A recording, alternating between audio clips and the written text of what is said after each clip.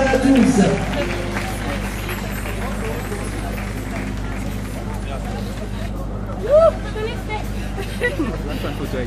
Ouais. Attends, oh, tu as pas dit top? Oui, mais t'as pas entendu, c'était pas assez fort. Attends.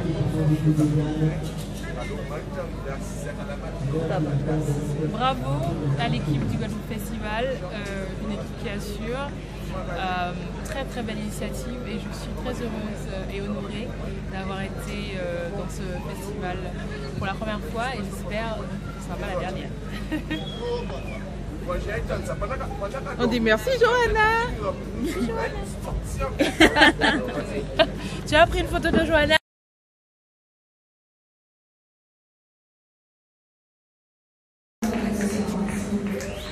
Succession de belles voix, succession de talents sur la scène de ce Guadeloupe Festival.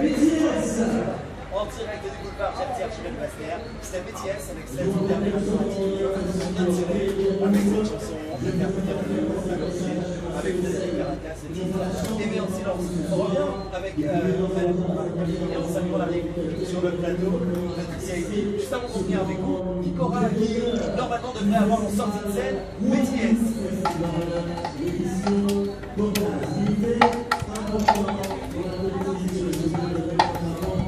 Les artistes jeunes et moins jeunes qui font la musique guadeloupéenne. Dans un instant, vous vous rapprochez ici même sur cette scène, le spectacle Divina. Comment vous vous sentez à ce moment de la soirée, après avoir vu les différentes prestations de Eric Kozan, Patricia Ivy juste à côté, BTS qui était en interview avec Akimura. Mais j'ai trouvé l'ouverture de ce festival avec du vocal extraordinaire, la voix de BTS et puis cette jeune fille que hier soir, je l'ai vue à l'œuvre, parce que nous étions à une soirée à Eden Palm. Je trouve qu'elle interprète très bien, très bien. C'est extraordinaire. Et l'aspect sur lequel pardon, j'aimerais l'aspect de gratuité le public. Alors, c'est un choix intellectuel, véritablement un exemple pour entrer dans la durée.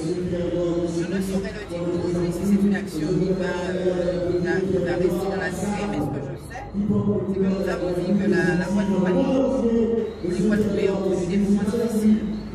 Et la musique, c'est l'art de se retrouver ensemble, de bouger ensemble, de s'amuser ensemble. Et donc c'est une manière aussi de faire un clin d'œil Guadeloupéens en disant mais tiens, ce sont vos enfants, qui sont les invités, qui sont les artistes, et c'est une manière aussi de communier ensemble. Donc cette gratuité, me semble-t-il, était de mise. Je me tourne vers vous. Vous avez entendu la magie de la prière ce soir, un petit concert. Pour moi, tous les groupes sont merveilleux. C'est vrai que ce soir, c'était Alors, quand je fais allusion à la trio, c'est parce que, effectivement, en référence à cette interview accordée à Télé Magazine, vous disiez que vous avez souvenir de concert. C'était ce concert. Je disais aussi que c'était difficile pour moi de choisir qu'un seul souvenir parce que c'est toujours un grand moment pour moi de rencontrer mon public et même déjà en fait c'est pas forcément mon public quand j'arrive et après bon ça devient j'ai envie de dire mais non c'est toujours une belle rencontre et en fait c'est le public qui m'emmène. Qu'est-ce qui caractérise ta musique, ton style? C'est difficile de caractériser parce que du fait que j'ai grandi en Guadeloupe, j'ai beaucoup d'influence. Je suis dans la Caraïbe, mes parents ont écouté beaucoup de choses différentes, donc j'ai énormément d'influence et c'est difficile de caractériser ma musique. J'ai envie de dire écoutez-la, vous saurez. Par rapport à la Formule 1, il y a quelques années, par exemple, à Défense va sacrer, j'ai envie de dire que désormais, Patricia Ivy évolue dans un domaine musical peut-être un peu plus sécurisé.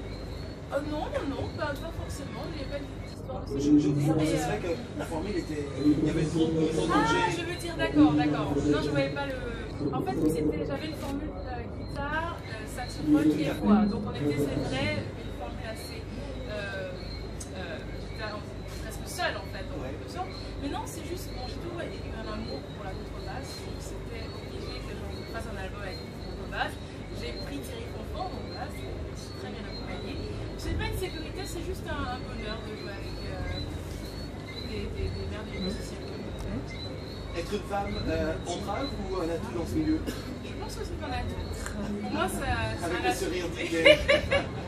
Non, mais il faut prendre les choses comme elles sont. Moi, je suis des femmes, c'est un atout. Voilà.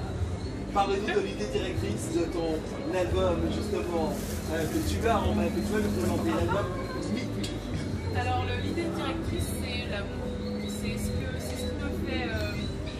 J'ai commencé là le concert en parlant de Golden Earrings, parce que c'est l'amour qui est ma lumière directrice. C'est ce que je suis. Donc, cet album, c'est énormément d'émotions. Des coups de cœur, j'ai beaucoup d'émotions que j'ai entendues et qui m'ont touchée. J'ai composé aussi, c'est la première fois que je compose sur un album. Donc, c'est vraiment énormément d'émotions pour moi. Et donc, c'est pour ça que je suis très contente de pouvoir défendre cet album. Voilà. Madame Marie Cabou, vous était juste à côté de moi lors de l'interprétation, notamment au moment où on a senti planer comme l'ombre de certaines vies. Ah oui. Je crois qu'il prend possession de moi à ce moment-là. C'est vrai que, comme disait Métiès, c'est bien de rendre hommage aux personnes qui sont là avant, des personnes aussi qui sont là maintenant aussi. Donc je rends hommage à Hélène Fitzgerald, Louis Armstrong, qui m'ont beaucoup influencé. Je me tourne vers Madame Marie Cabou. Pourquoi est-ce important pour l'institution régionale de développer, pérenniser un tel rendez-vous, un tel espace de diffusion culturelle? Nous avons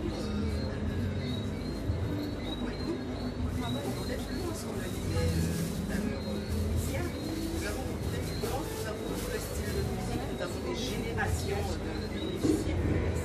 Il faut permettre à ces musiciens de s'exprimer comme s'expriment d'ailleurs. Nous savons que le marché guadeloupéen est un marché restreint. Et quand une collectivité s'assume et organise un festival, et ça permet à l'ensemble des musiciens et ça permet aussi à tout style de musique de pouvoir s'exprimer. Et je vais rebondir un peu sur ce que disait, si vous me le permettez, ce que disait Christian.